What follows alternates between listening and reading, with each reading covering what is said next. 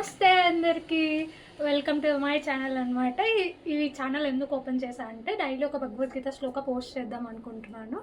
So Bhagavad Gita శ్లోక daily ఒకటి post చేసే టైంలో and at the same time మన హిందూ పండుగల గురించి కానీ, వాటి యొక్క చరిత్ర గురించి కానీ, వాటి యొక్క విశిష్టత గురించి కానీ ఇలా లాంగ్ వీడియోగా పోస్ట్ చేద్దాం అనుకుంటున్నాను. సో భగవద్గీత శ్లోక అయితే డైలీ ఒకటి 1 minute షార్ట్గా నాకు అర్థమైంది మీతో షేర్ చేసుకుంటాను. నేను భగవద్గీత ఈ మధ్య రీసెంట్గా స్టార్ట్ చేశాను. సో నాకు అర్థమైంది మీతో షేర్ చేసుకుంటాను. మీకు ఏమైనా డౌట్స్ ఉన్నా కూడా నాతో పాటు షేర్ చేసుకోండి, తెలిస్తే చెప్తాను, లేదంటే రీసెర్చ్ చేసి తెలుసుకొని చెప్తాను. అండ్ ఇలా ఇంట్రడక్షన్ అయిపోయింది అనమాట. సో మెయిన్ కంటెంట్కి వెళ్దామా. ఈరోజు ఏంటి, హోలీ అనమాట. సో అందరికీ హోలీ శుభాకాంక్షలు ముందుగా. సో హోలీ ఎందుకు చేసుకుంటాము అంటే ఇంత celebration of love, celebration of colours అని అంటారు కదా. సో దాని వెనకాల ఉన్న రీజన్ ఏంటి, వాటి యొక్క చరిత్ర ఏంటో తెలుసుకుందాం. So let's get started. ఈ హోలీ ఎప్పుడు వస్తుందంటే మన తెలుగు మాసాల ప్రకారం ఫాల్గుణ మాసంలో పౌర్ణమి రోజున వస్తుంది. సో ఈరోజు రాత్రి బీచ్లో చంద్రుడిని చూస్తూ అలల శబ్దం వింటే చాలా ప్రశాంతంగా అనిపిస్తుంది మనసుకి అయితే. సో మీ దగ్గరలో బీచ్లో ఉన్నా కూడా ఈ ఎక్స్పీరియన్స్ని ఒకసారి ట్రై చేయండి, డెఫినెట్గా నచ్చుతుంది మీకు కూడా. అండ్ ఫాల్గుణ మాసంలో పౌర్ణమి రోజున వస్తుంది. And at the same time winter is coming లాగా మనకు వసంతకాలం వస్తుంది అనమాట. అంటే స్ప్రింగ్ వస్తుంది ఇంగ్లీష్లో చెప్పాలంటే. సో వింటర్ ఈస్ కమింగ్ అంటారా, సో స్ప్రింగ్ ఈస్ కమింగ్, వసంతకాలం వస్తుంది. సో చెట్లు అన్నీ చిగురిస్తూ ఉంటే ఆ పింక్ ఫ్లవర్స్ కానీ అంత రోడ్ మీద చాలా. హోలీ వచ్చేసి ఫస్ట్ మనం సెలబ్రేషన్ ఆఫ్ కలర్స్గా చెప్పొచ్చు. కలర్స్ అంటే లవ్ కానీ, రాధాకృష్ణ యొక్క వాళ్ళ లవ్ స్టోరీ కానీ వాటిని సింబలైజ్ చేసుకుంటూ మనం హోలీ సెలబ్రేట్ చేసుకుంటామంట.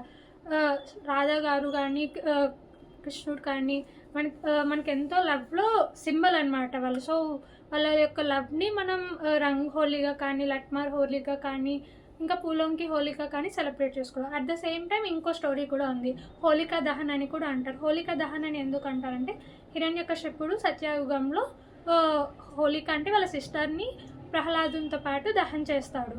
సో వీళ్ళ స్టోరీ తెలుసుకుందాం. ఫస్ట్గా ఏంటి అంటే భక్త ప్రహ్లాదుడు అని చెప్పి సత్యయుగంలో విష్ణుడి భక్తుడు అనమాట. సో ఎప్పుడు విష్ణువుని స్మరిస్తూ ఉండేవారు అనమాట. అలా స్మరించడం వాళ్ళ నాన్నకి నచ్చేది కాదు. నాన్న ఎవరు, హిరణ్యకశపుడికి ఇలా నచ్చకపోవడం వల్ల స్మరించడం ఆపమని చెప్తే వినరనమాట. అలానే స్మరిస్తూ ఉంటే ఇంకా తనకి నచ్చక ఏదో ఒక విధంగా ఆపుదామని చెప్పి భక్త ప్రహ్లాదుని చివరికి చంపడానికి చూస్తాడు. అలా చంపుతున్నా కూడా భక్త ప్రహ్లాదుడు చనిపోయాడు అనమాట. ఏదో విధంగా విష్ణు వచ్చి కాపాడుతూ ఉంటాడు. ఆ విష్ణు ఎక్కడో చోట నా విష్ణు ఉన్నాడు అని చెప్పి స్మరిస్తూనే ఉంటాడు, కానీ ఎవరికి కనిపించడు అని చెప్పి చెప్తాడు. సో నాకు ఏదో విధంగా నేను విష్ణుని చూడాలి అని చెప్పి చెప్తాడనమాట. సో ఎలా చేసినా చనిపోవట్లేదు అని చెప్పి వాళ్ళ సిస్టర్ హోలికాదేవి అని ఉంటుంది. సో ఆ హోలికాదేవిని అగ్నిలో భక్త ప్రహ్లాదునితో పాటు కూర్చోబెడతారు. సో కూర్చోబెట్టినప్పుడు హోలికాదేవితో పాటు భక్త ప్రహ్లాదుడు కూడా చనిపోతాడని చెప్పి హిరణ్యకశపుడు అనుకుంటాడు.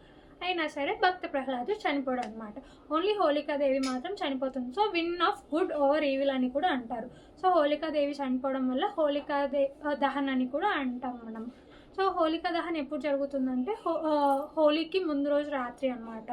So win of good over evil అని చెప్పి బాన్ ఫైర్ని పెట్టుకుంటాము. సో హోలికా దహన్ అయిపోయాక కూడా భక్త ప్రహ్లాదుడు బతికే ఉంటాడు కాబట్టి విష్ణుని స్మరిస్తూ ఉంటారు. అప్పుడే ఇంకెలా అయినా నేను మీ విష్ణుని చూడాలి అని చెప్పి హిరణ్యకశిపుడు చాలా విధాలుగా చంపడానికి చూస్తాడు భక్త ప్రహ్లాదుడిని. సో అప్పుడు విష్ణు నరసింహ అవతారంలో సత్యయుగంలో అవతరిస్తాడు. ఇది అందరికీ తెలిసిన స్టోరీయే, నరసింహ అవతారంది.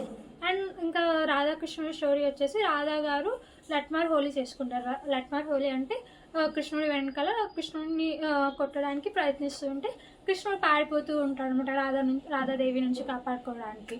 సో అలా లట్మార్ హోలీ చేసుకుంటారు. రంగ్ హోలీ అంటే అందరికీ తెలిసిందే, కలర్స్ హోలీ, కలర్స్తో సెలబ్రేట్ చేసుకుంటారు. ఆ రోజు మొత్తం కలర్స్తో సెలబ్రేట్ చేసుకుంటారు. ఇంకా పూలంకి హోలీ, ఆ రోజు మొత్తం కృష్ణుడు రాధాదేవి మీద కలర్స్ వేస్తూనే ఉంటారు. కలర్స్ కానీ పూలు కానీ ఏదో ఒకటి వేస్తూనే ఉంటారు. సో అలా పూలంకి హోలీ అవుతుంది. మన ఇండియాలో డిఫరెంట్ స్టేట్స్లో డిఫరెంట్ వేస్లో చేసుకుంటాం ఈ హోలీ అనేది. నార్త్లో ఎక్కువ 5 days ఇలా, అంటే ఒకరోజు రంగ్ హోలీ, ఒకరోజు పూలంకి హోలీ, ఒకరోజు లట్మార్ హోలీ, ఇంకా ఇలా డిఫరెంట్గా 5 days హోలీ, 3 days హోలీ.